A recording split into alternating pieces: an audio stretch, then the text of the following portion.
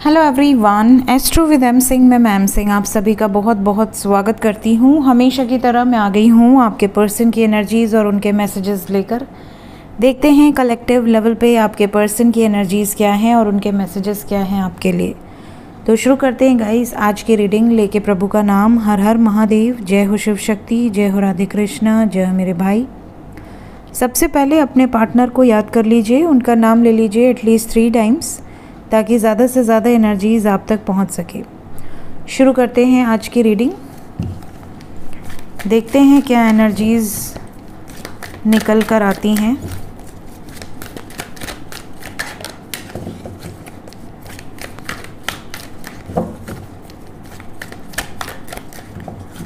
Please guide करें angels मेरे viewers. जिस भी व्यक्ति को सोचकर ये रीडिंग देख रहे हैं उनके सबकॉन्शियस माइंड में क्या चल रहा है अभी इस वक्त, current energy.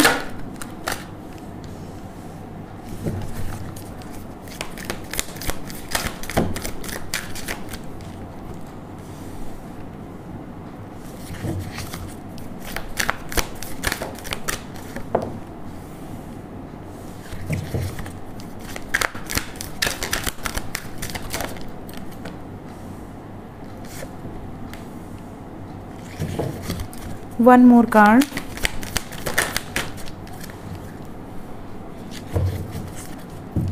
Bottom of the deck है 10 ऑफ कप्स।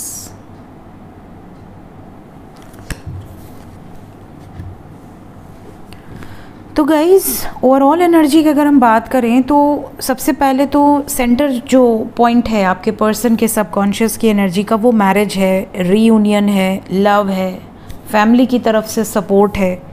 तो ये सारी चीज़ें हैं वो सेंटर पॉइंट में नज़र आ रही हैं ओवरऑल एनर्जी।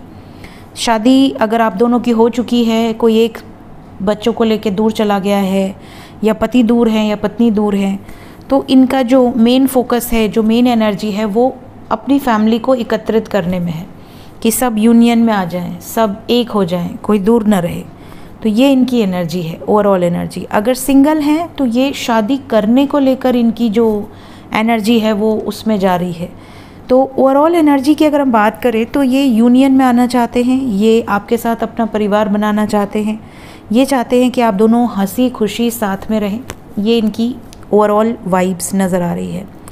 और इसी इच्छा को पूर्ण करने के लिए कुछ इन्होंने प्लानिंग कर रखी है, लेकिन वो प्लानिंग ये सही तरीके से नहीं कर पा रहे हैं, एक्शन सही तरीके से नहीं ले पा रहे हैं। रीडिंग की शुरुआती पेज ऑफ कप से हुई है। ज़्यादातर ऐसा लग रहा है कि लव लाइफ को लेकर कुछ इन्होंने इमैच्योर डिसीजंस लिए हैं। इमैच्योर डिसीजन से आप कह सकते हैं कि जो प्लानिंग की थी या तो वो प्लानिंग ही गलत थी, और या तो प्लानिंग के अकॉर्डिंग चीज़ें नहीं कर पा रहे हैं, और इसी कारण से ये परेशान हैं। इनको ऐसा लग रहा है कि मेरे डेस्टिनी में कुछ है भी या नहीं है। मैं जिससे प्यार करता हूँ या जिसके लिए मेरा दिल धड़कता है वो पर्सन भी मुझसे दूर है। क्या करूं, मैं इस रिश्ते में रुकूं या मूव ऑन करूं, मुझे ये रिश्ते में सक्सेस मिलेगी या नहीं मिलेगी। बहुत सारे नेगेटिव थॉट्स और पॉजिटिव थॉट्स एक साथ इनकी एनर्जीज़ में नज़र आ रहे हैं। कंफ्यूज्ड हैं, इच्छा बहुत सारी है बट स्टेप सही नहीं ले पा रहे, इस वजह से बहुत ज़्यादा अपसेट नज़र आ रहे हैं। दूसरी चीज़ यहाँ पर ये भी नज़र आ रही है कि आपके पर्सन मेंटल कॉन्फ्लिक्ट से गुज़र रहे हैं। कोई ना कोई ऐसी परेशानी है, कोई ना कोई ऐसा स्ट्रेस है जिसके कारण इनका जो सबकॉन्शियस है वो बहुत डिस्टर्ब्ड है। मेंटली बहुत ज़्यादा ओवर थिंकिंग करना, या हेल्थ इश्यूज़, या बहुत ज़्यादा लो फील करना। आप कह सकते हैं कि जैसे किसी को रास्ता ही ना समझ में आ रहा हो कि इस परेशानी से निकलना कैसे है। और ये शांत होंगे तो इनको समझ में भी आएगा, बट ये शांत भी नहीं है। ये बहुत ज़्यादा आप कहते हैं बचपना है इनके अंदर। पेज ऑफ कप्स की एनर्जी विद 7 ऑफ पेंटिकल्स यहाँ पर यही दर्शा रही है कि फ्रस्ट्रेट बहुत जल्दी हो जा रहे हैं।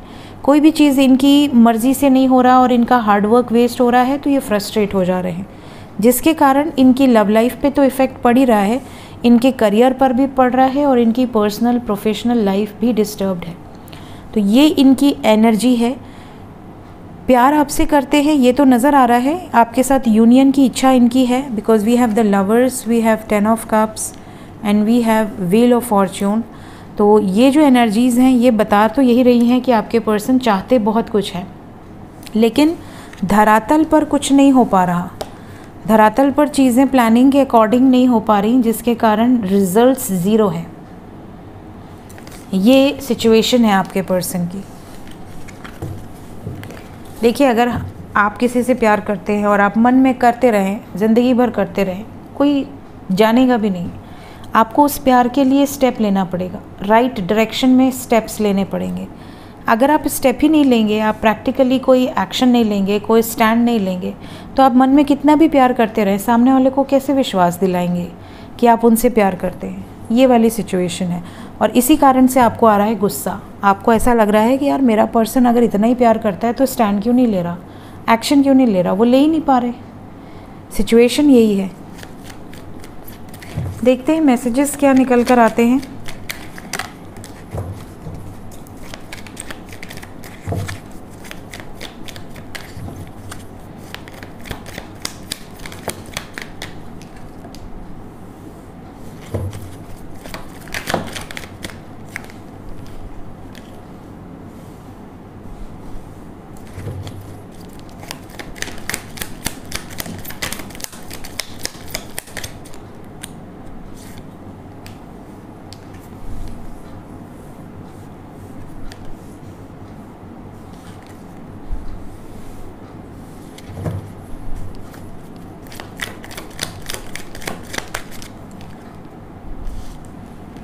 देखिए, मैंने काफ़ी सारे मैसेजेस ले लिए हैं।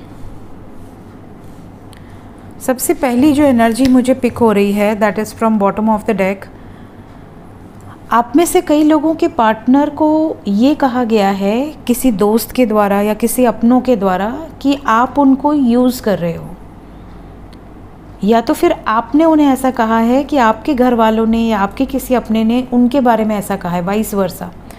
जैसे कई बार होता है, दोस्त कहते हैं कि अरे यार वो सिर्फ तेरे स्टेटस के पीछे पागल है, वो तेरी इमेज से प्यार करता है या फिज़िकली तुझसे प्यार करता है, इमोशनली नहीं करता या नहीं करती।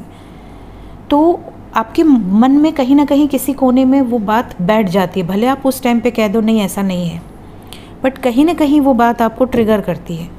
तो चाहे आपकी फैमिली में किसी ने आपको ऐसा कहा है कि वो आपको यूज़ कर रहा है, आपसे लॉयल नहीं है, डेडिकेटेड नहीं है, ट्रू लव नहीं है, और या तो उनकी फैमिली में किसी ने ऐसा कहा है, तो यहाँ पर जो चीज़ें हैं वो प्रॉब्लम क्रिएट कर रही हैं। उस टाइम तो उन्होंने सीधा कह दिया कि नहीं भाई ऐसा कुछ नहीं है, बट इनके मन में कहीं ना कहीं वो बात घर कर गई है। और ये चीज़ को सोच सोच कर इन्हें कई बार ऐसा भी लगता है कि आपको टेस्ट किया जाए, आपकी जांच पड़ताल की जाए, जिसके कारण कुछ मिसअंडरस्टैंडिंग क्रिएट हो जाती है। आपको ऐसा लगता है कि इसको मुझ पर भरोसा नहीं है, या फिर उनको ऐसा लगता है कि इसको मुझ पर भरोसा नहीं है, वाइस वर्सा एनर्जी को आप ले सकते हैं।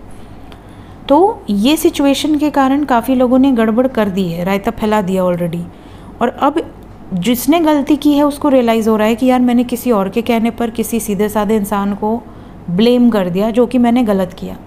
तो अब इनको ऐसा लग रहा है कि अब मुझे सॉरी बोलना चाहिए, मुझे अपॉलॉजी देनी चाहिए, मुझे उसको रोता हुआ छोड़कर मैं चला आया या चली आई, मुझे ऐसा नहीं करना चाहिए था। किसी प्योर सोल को हर्ट करना कितना बड़ा पाप होता है। तो ये सिचुएशन आपके पर्सन को अंदर अंदर खा रही है और इनको ऐसा लग रहा है कि मुझे जल्द से जल्द सॉरी बोलना है, मुझे जल्द से जल्द चीज़ों को सॉर्ट आउट करना है।